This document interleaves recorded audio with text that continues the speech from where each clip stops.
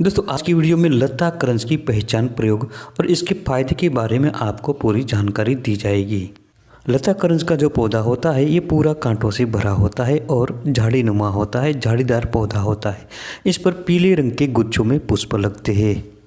ये पौधा पूरे भारत में होता है। सभी जगह पर आसानी से उगने वाला ये पौधा सदाबहार होता है। यह पौधा नदी और नालों के आसपास ज़्यादा पाया जाता है। देखने में भले ही साधारण हो, लेकिन आयुर्वेद में ये सबसे बड़ी कारगर जड़ी बूटी माना जाता है। लता करंज का जो पौधा होता है ये पूरा कांटेदार होता है। आज हम इसके बारे में आपको पूरी जानकारी देंगे, लेकिन बहुत कम लोगों को पता होगा कि जो ये लता करंज का पौधा है ये टाइमिंग बढ़ाने की सबसे बढ़िया औषधि है।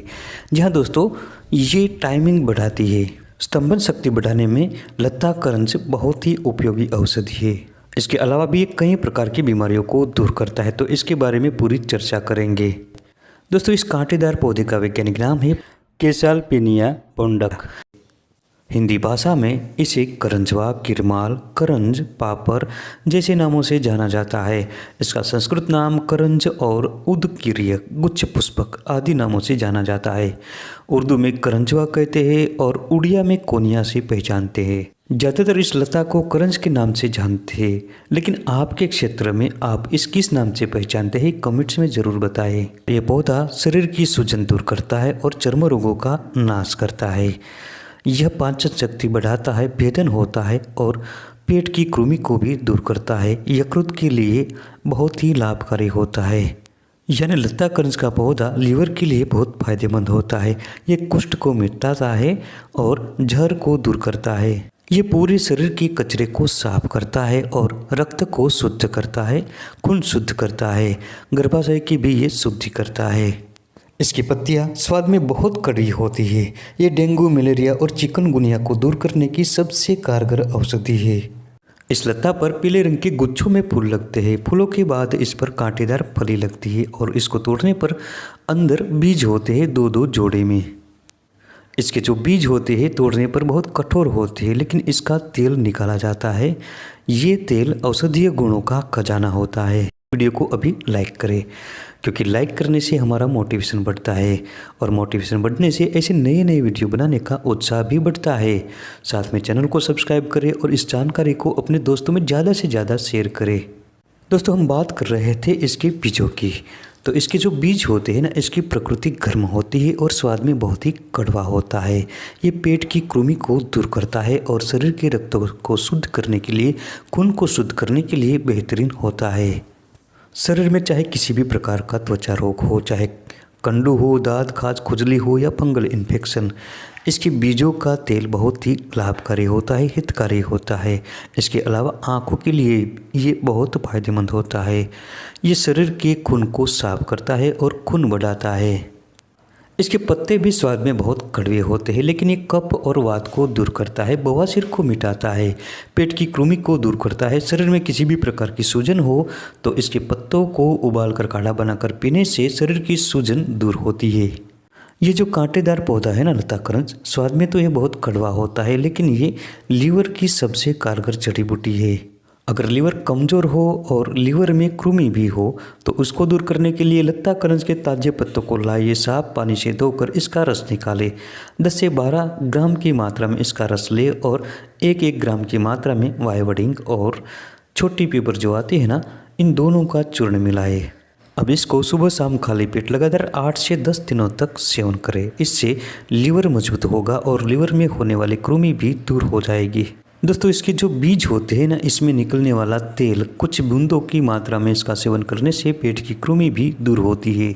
जिन लोगों की पाचन शक्ति कमज़ोर हो, भूख न लग रही हो, तो ऐसे लोगों को करंज के ताजे पत्तों को 10 से 12 ग्राम की मात्रा में लाकर चित्रक के पत्तों के रस के साथ मिलाए और इसमें काली मिर्च और थोड़ा सा काला नमक मिलाकर पिला दीजिए।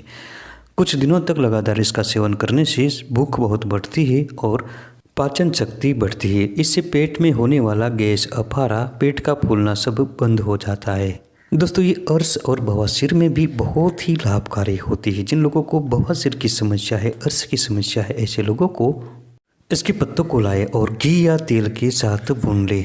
इसमें से 1 से 3 ग्राम की मात्रा में लेकर सत्तू के साथ मिलाकर खाने से पहले इसका इस्तेमाल करें। पेट में अगर गोला हो या पेट में दर्द हो तो इसके पत्तों को लाकर पानी में उबाल कर ठंडा होने के बाद पिलाएं।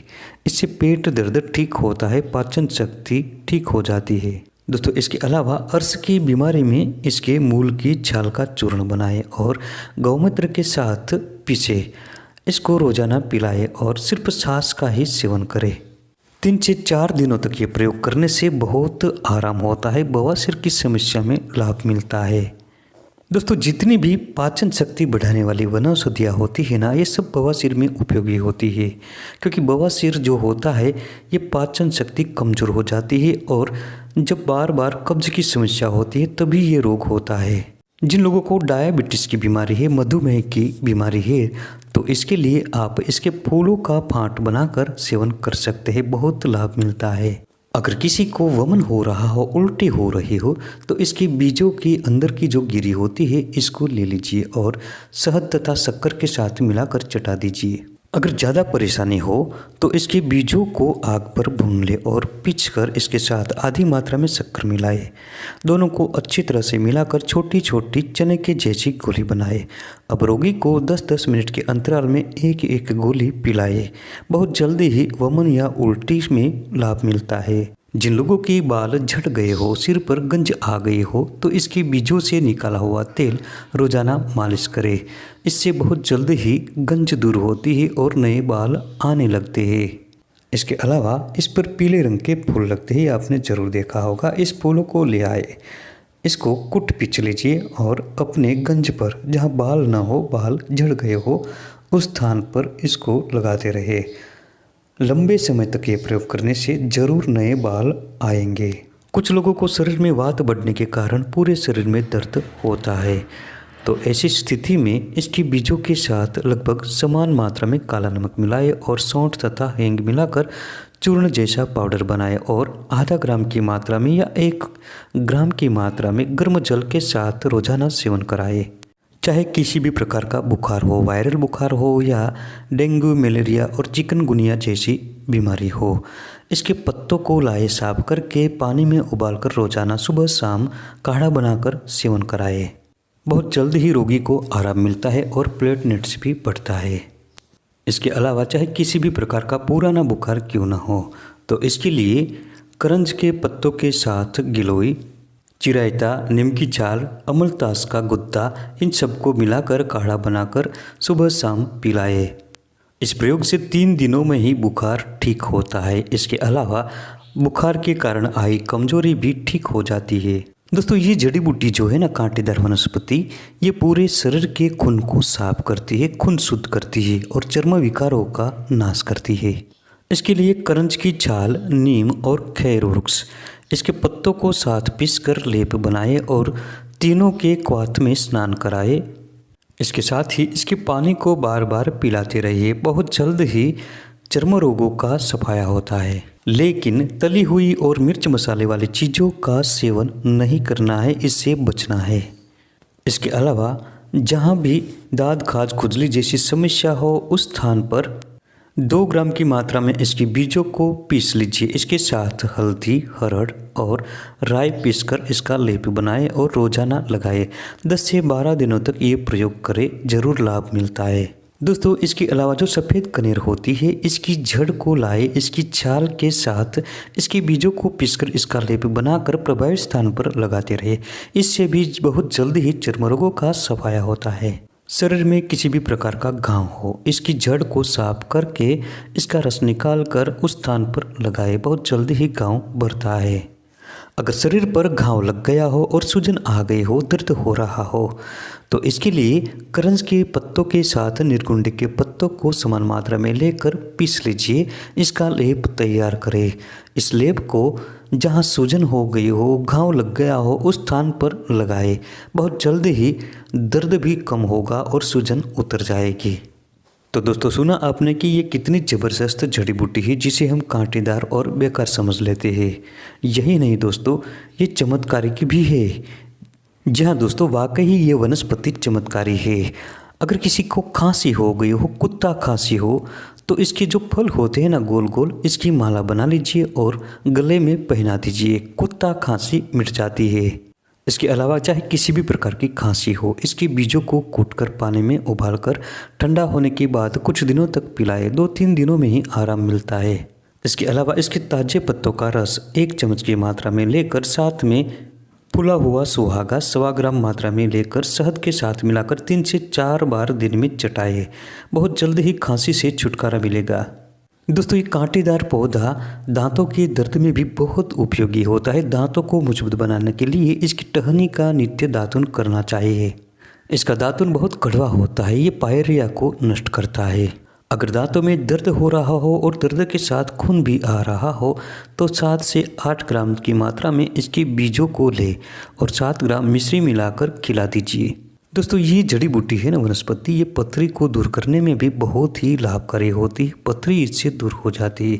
इसके लिए बहुत ही ज़बरदस्त इसका प्रयोग है। इसके लिए आप इसके बीजों की जो गिरी होती है अंदर की, ये पहले दिन से शुरू करें 1 ग्राम से। 1 ग्राम इसके गिरी का चूर्ण ले और साथ में 3 ग्राम शहद के साथ मिलाकर पहले दिन चटाएं। ऐसा नित्य 11 दिनों तक 1-1 ग्राम बढ़ाते जाए, फिर वापस 1-1 ग्राम घटाते जाए और 3 ग्राम तक ले आए। इस प्रयोग को पूर्ण करने से पथरी मिट जाती है। दोस्तों, ये जो लता करंज का पौधा है ना, ये काम शक्ति को भी बढ़ाता है। जिन लोगों का स्टेमिना कम हो, काम शक्ति कम हो या जल्दी से जिनका स्खलन हो जाता हो, इसके लिए ये पौधा बहुत ही ज़बरदस्त फायदेमंद है। स्तंभन शक्ति यानी स्टेमिना को बढ़ाने के लिए बेहतरीन औषधि है ये लता करंज। इसके लिए इसके ताजे पत्तों को ले आए, इसका रस निकालें और सहवास के समय इसके पत्तों को अपनी हथेली तथा तलवे पर लगाए और मले।